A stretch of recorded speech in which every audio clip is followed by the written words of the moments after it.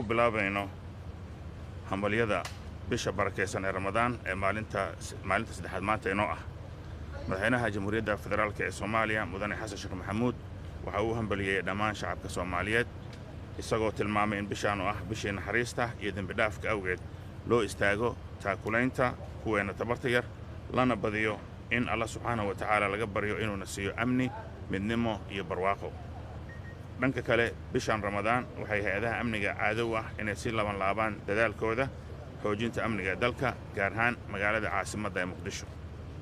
sidaad ogtiin qawaariijta waxay bishaan barakeysan Ramadaan si qaldan ugu tarjuntaan inay tahay waqti lagu daadiyo dhiigga shacabka aan waxba garabsan, taas oo ka soo horjeeda diinteena xaniifka islaamka. ciidamada amniga oo dhagartaasi og waxay sanadkii hore u diideen qawaariijta inay helaan fursad ay shacabka ku waxyeeleeyaan, waxayna xaqiijiyeen in shacabka ku nool magaalada Muqdisho ay bishaan cibaadada ah ay si nabad leh ku soomeen kuna ciideen iyadoo aanay wax faldhagareed ah oo ka dhan ah shacabka magaalada Muqdisho aanay dhicin. sanadkanna ciidamada amniga waxaa ka go'an inay mar kale sugaan amniga magaalada oo ay ka hortagaan dhagaraha kala duwan qawaariijta ay doonayaan inay ku waxyeeleeyaan shacabka Soomaaliyeed ee bishaan Ramadaan ama cibaadada ku mashquulsan.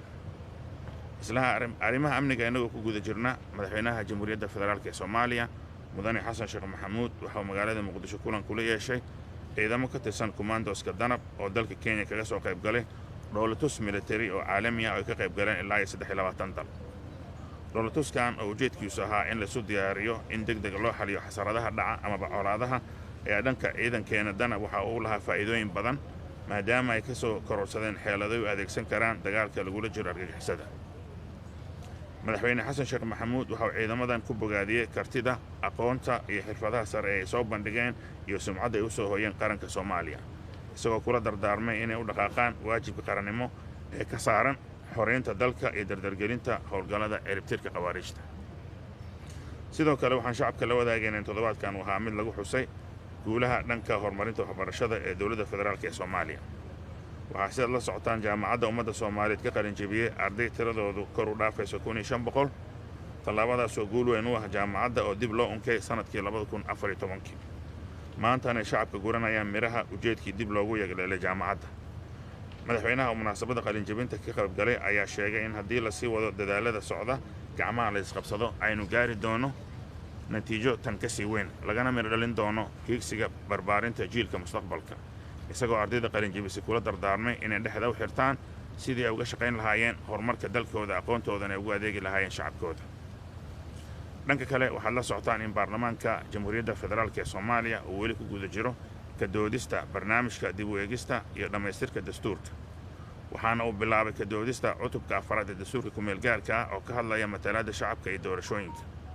dhammaystirka dastuurka waxa uu muhiim u yahay in la helo nidaam dhammaystiran oo xasiloon siyaasadeedna lagu gaari karo ama ku soo dabaali karo dalka, isla markaana la soo afjaro mashruucii muddada dheeraa soo taagnaa ee dastuurka qabyada ah, waddankana uu yeesho dastuur rasmi ah oo daboolaya baahiyaha jira ee dhismaha dowladnimada Soomaaliya, hadafkuna uu yahay midnimo, horumar iyo nabad waarta oo Soomaaliya loo horseedo.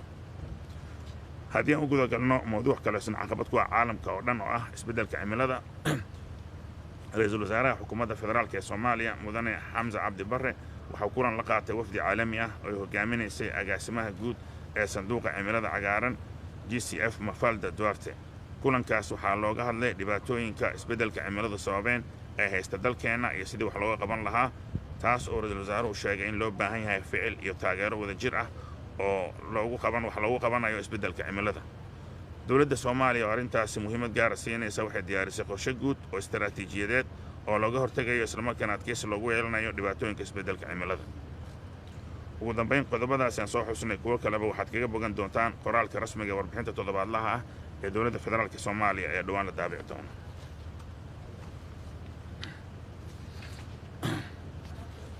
Now is for the English version. I welcome you again to the Federal Government of Somalia weekly report, and we began with the greeting of the holy month of Ramadan, which today enters the 10th day. The President of the Federal Republic of Somalia, His Excellency Dr. Hassan Sheikh Mohamud, has congratulated all the Somali people, pointing out that this month is the month of mercy and forgiveness of sins, unity and prosperity. On the other hand, in this month of Ramadan, the security agencies are used to redouble their efforts to strengthen security in the country, especially in the capital, Mogadishu. As you know, the Kharijists wrongly interpret this holy month as a time to shed the blood of innocent people, which is against our strict religion of Islam. The security forces who know about the plot last year denied the Kharijist al-Shabaab to have the opportunity to harm the people and confirmed that the people living in Mogadishu fasted and celebrated peacefully in this holy month without any conspiracy. All the people in Mogadishu celebrated in a very peaceful way. This year, the security forces are determined once again to ensure the security of the city and prevent the plot of the Kharijist al-Shabaab to the people of Mogadishu and the entire Republic of Somalia. Regarding security issues, the President held a meeting in Mogadishu with troops from the Danab commandos who participated in a military exercise in Kenya in which 23 countries participated. The purpose of this exercise was to prepare for a quick solution to the crisis. For our Danab army, it had many benefits as they have increased the strategies they can use in the fight against terrorism. The President praised these efforts for the ability, knowledge, and high skills and the reputation they have brought to the nation of Somalia. Also, we share with the public that this week was marked by the achievements in the field of educational development in Somalia. As you know, more than 1,500 students have graduated from the Somali National University, which is a great achievement for the university, which was reestablished in 2014. And today, the people are reaping the fruits of the purpose of reestablishing this university. The President, who attended the graduation ceremony, said that if we continue our efforts and join hands, we can achieve greater results, and the vision of educating the future generation will come to fruition. On the other side, the Parliament of the Federal Republic of Somalia is still debating the program for revising and completing the Constitution. The Parliament started discussing Chapter 4 of the draft Constitution, which deals with the representation of the people and the elections. The completion of the Constitution is important to find a complete system that can bring political stability to the country and to end the long-standing project of the draft Constitution, and for the country to have an official constitution that meets the current needs of building a new Somalia, whose goal is to bring unity, development, and lasting peace to Somalia. And lastly, the Prime Minister of the Federal Republic of Somalia, Hamza Abdi Barre, had a meeting with an international delegation led by the Director General of the Green Climate Fund, Mafalda Duarte. The meeting discussed the problems caused by climate change in our country and how to deal with it, which the Prime Minister said requires joint action and support to deal with the effects of climate change. The government of Somalia, which gives special importance to this issue, has prepared a general strategic plan to prevent and strengthen resilience to the problems of the climate change. Thank you very much. Welcome. Thank you.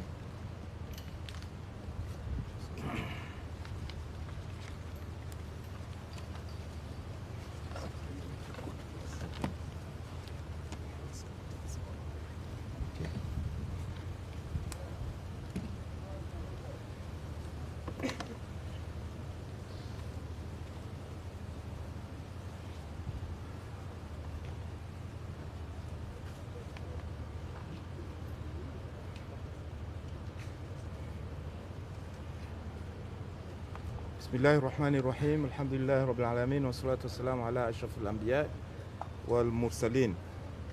السلام عليكم ورحمة الله وبركاته. بمناسبة حلول شهر رمضان المبارك أتمنى لكم شهرا مبارك وصوما مقبولا أنتم والشعب الصومالي الشقيق وكل الأمة الإسلامية قاطبة. Allow me to take this opportunity to thank you, distinguished members of the press, and thank you for honoring our invitation at short notice to attend this briefing. So I would like, on behalf of ATMIS, to congratulate the people of Somalia and all Muslim faithful and extend best wishes of the holy month of Ramadan. During this period, ATMIS remains committed to supporting the Somali security forces in ensuring safety and security of Somali people and their property within our areas of responsibility. It is in this regard that a joint security meeting bringing together the SSF, ATMIS, and the international partners was convened to develop a joint Ramadan security plan. Ladies and gentlemen, Somalia is making significant milestone in its path to recovery to recovery and taking its climb among the League of Nations. This can be testified by the recent formalization of Somalia's admission to the East African Community, paving the way for the free movement and increased trade opportunity for Somalians and its people. Somalia's march to accelerated growth and prosperity is evidenced by the recent projections by the International Monetary Fund, IMF, which forecast that Somalia's economy will grow by 3.7% this year.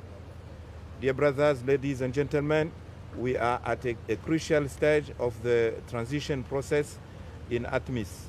In this regard, I'm pleased to inform you that ATMIS, in collaboration with the federal government of Somalia and the United Nations, concluded the phase 2 drawdown of 3,000 ATMIS troops. And our focus has now shifted to preparation for phase 3 drawdown of 4,000 troops scheduled for 30 June 2024. As part of the planning process, open and constructive discussion have already begun with the federal government of Somalia, taking into consideration the lessons learned from the previous phases.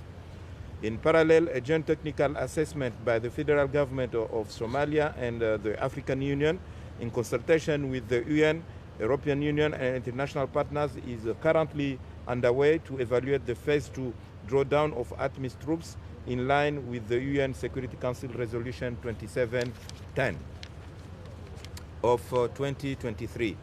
The lesson identified during this exercise will inform planning for the remaining phases of ATMIS drawdown. ATMIS is fully committed to the transition process, which will culminate in the transfer of full security responsibilities to the Somali Security Forces, SSF, by 31st December 2024. The progressive transfer of security responsibilities to the SSF must be accompanied by progress in other elements of support to consolidate the hard-won security and stabilization gains. It is therefore imperative that all partners align their efforts and support Somalia to ensure a smooth, coordinated, and successful transition that promotes Somalia's stability and development. I would like to commend the federal government of Somalia given for outlining its vision for post-ATMIS security arrangement and articulating the support it requires from its key partners in its security sector development plan. This leadership has enabled extensive discussion on post-ATMIS security arrangement, both at the technical and principal level in Mogadishu and most recently in Addis Ababa. During this period, the African Union Summit that took place in Addis Ababa in February 2024 highlighted the issue of Somalia. The African Union Summit reaffirmed its strong support for the unity, territorial integrity, independence, and sovereignty of Somalia. The African Union Summit acknowledged the ongoing security transition in Somalia, with ATMIS scheduled to fully withdraw by December 2024. The African Union Summit welcomed recent financial contribution from the African Union and member states to support ATMIS operation as well as Somalia. In the same period, I myself, as ATMIS SRRCC, alongside with the SRRSG and Somali SRSG UN and Somali representative, briefed the UN Security Council on Somalia's recent progress in state building, political consensus, and counter-terrorism efforts. We highlighted diplomatic, economic, and political achievements, including admission to the East African Community, debt relief, lifting of the arms embargo, and the ongoing constitutional review process. We emphasize the positive trajectory in Somalia and the need for continued international support to ensure a successful post-ATMIS transition. The briefing also addressed ongoing post-ATMIS transition planning, including the importance of predictable, sustainable, and flexible international support for a smooth handover and continued security gains. In state-building efforts, we commended the federal government of Somalia and Parliament for the progress on the constitutional reform. This critical step strengthened Somalia's democratic institutions and paved the way for a more stable future in Somalia. ATMIS remains committed to continue supporting Somalia in this journey. We acknowledge the meeting between the Speaker yesterday along with the international partners to discuss the issue of the constitutional reforms. ATMIS applauds Somalia's launch of the Principles for Peace initiative, recognizing its focus on political dialogue and social cohesion alongside military efforts for lasting peace.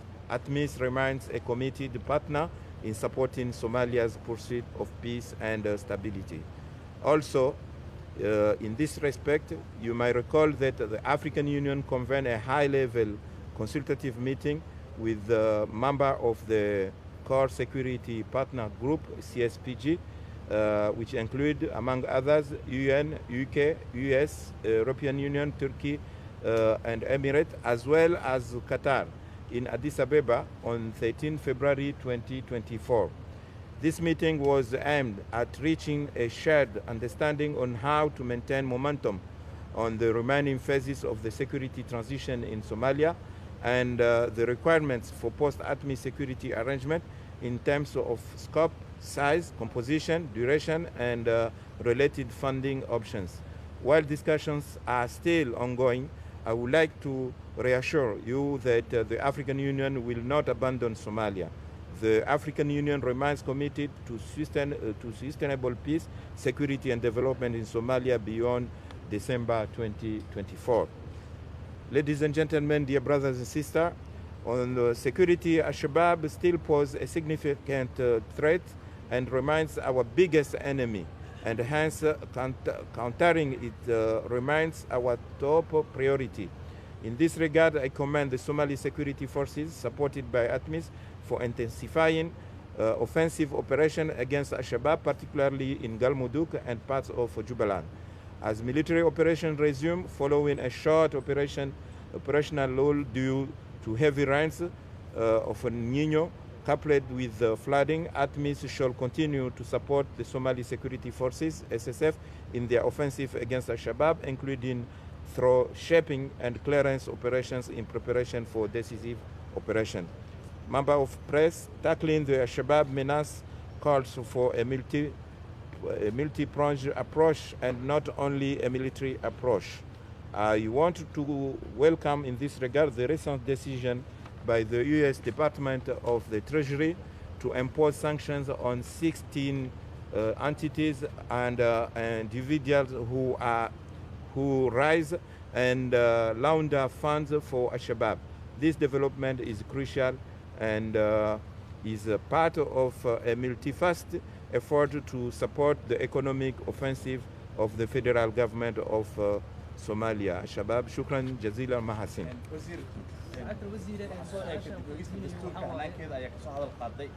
حجر وحنا كترسم برلمان جمهورية الفدرال كصوماليا قرام مدحويناشي ورقاركود وكهضلي ديميس الدستور وزارة الوفافنتا adiga ugu sareysano codkoodii hadda kulba wadiida marka waxa ka jira in xildhibaano ka soo baarlamaanka aad ka xanibteen wasaaradda wafaafinta dabcan waxaan filayaa taas inay propaganda tahay wasaaradda wafaafinta waxay u taagan tahay shacabka u adeegto dhacdadaasi dhacdana wasaaradda way faahfaahsan waxaan filayaa inaan soo akhrin oo mahadsan saacadda wasiirada su'aasha ku weydiinaya waxay tahay xogiga nala wadaagto idil waa waxa ay shacabku u yihiin Soomaaliya qaadin ciidanka xoogga dalka ay ka soo baxay magaalooyinka Camaara Caad iyo Sida Madaba Caadweyn dawladdu maxay ku ogtahay dagaalkaas dabcan howlgallada way socdaan howlgallada ciidamada lagu soo horjeedo shacabka way socdaan waxaana socda qiimeyn ku saabsan dagaalka iyo sida loo wajahayo maadaama ay jiraan roobabda iyo dabeylihii El Niño iyo weliba fatahaadihii dhacay marka dagaalada howlgallada way socdaan saxbaan ciidanku ay daryeel la'aan uga soo baxeen furimaha dagaalka